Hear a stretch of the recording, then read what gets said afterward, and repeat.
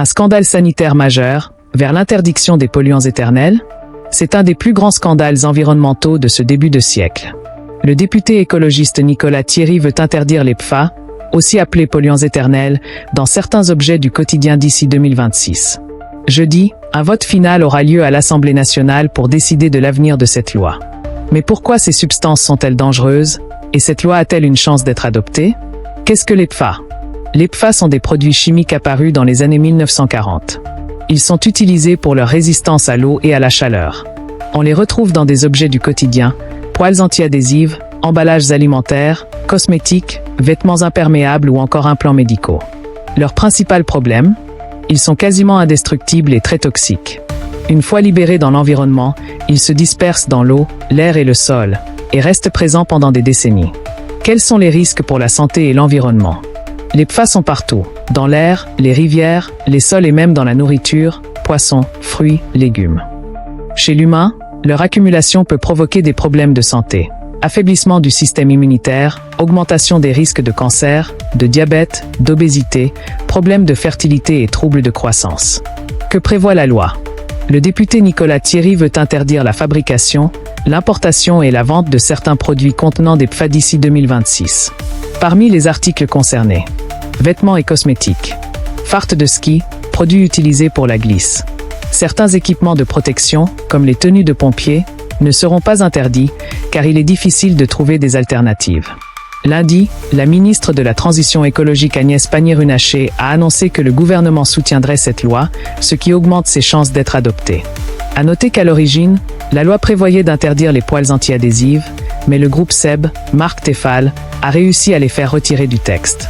Un contrôle renforcé de l'eau potable. La loi prévoit aussi des mesures sur l'eau potable. Si elle est votée, les agences de santé devront analyser la présence de PFAS dans l'eau une fois par an et rendre ces données publiques.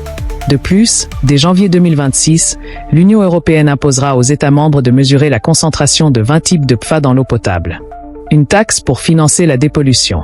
Pour nettoyer l'eau contaminée, une nouvelle taxe sur les industriels pollueurs sera mise en place. Elle servira à financer des systèmes de filtration pour purifier l'eau potable. Cette taxe ne concernera que les entreprises et non les particuliers, donc le prix de l'eau du robinet ne devrait pas augmenter. Si cette loi est adoptée, la France deviendra l'un des pays les plus avancés dans la lutte contre les polluants éternels. On suivra cette affaire de près. Autres actualités du jour.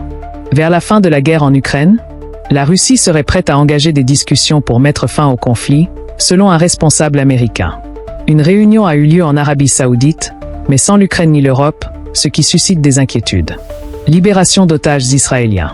Le Hamas va remettre 4 corps à Israël ce jeudi, dont ceux de la famille Biba, enlevés en octobre 2023. Ce week-end, 6 otages israéliens encore en vie seront libérés en échange de prisonniers palestiniens. Brésil, Bolsonaro inculpé. L'ancien président Jair Bolsonaro est accusé d'avoir tenté un coup d'État pour rester au pouvoir après sa défaite en 2022. Il risque jusqu'à 40 ans de prison si un procès est ouvert. Richard Ferrand nommé président du Conseil constitutionnel. Proche d'Emmanuel Macron, Richard Ferrand a été nommé à la tête du Conseil constitutionnel malgré des contestations. Il sera chargé de vérifier la conformité des lois avec la Constitution. Moins d'actes anti-musulmans en France.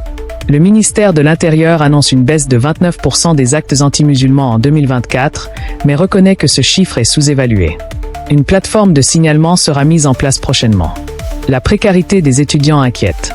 Un rapport révèle que 2 étudiants sur 3 sautent des repas chaque semaine faute de moyens. Beaucoup doivent choisir entre se nourrir et étudier. Débat du jour. Le gouvernement en fait-il assez pour aider les étudiants en difficulté? Répondez en commentaire avec vos arguments. Merci d'avoir suivi les infos du jour. Prenez soin de vous et à bientôt.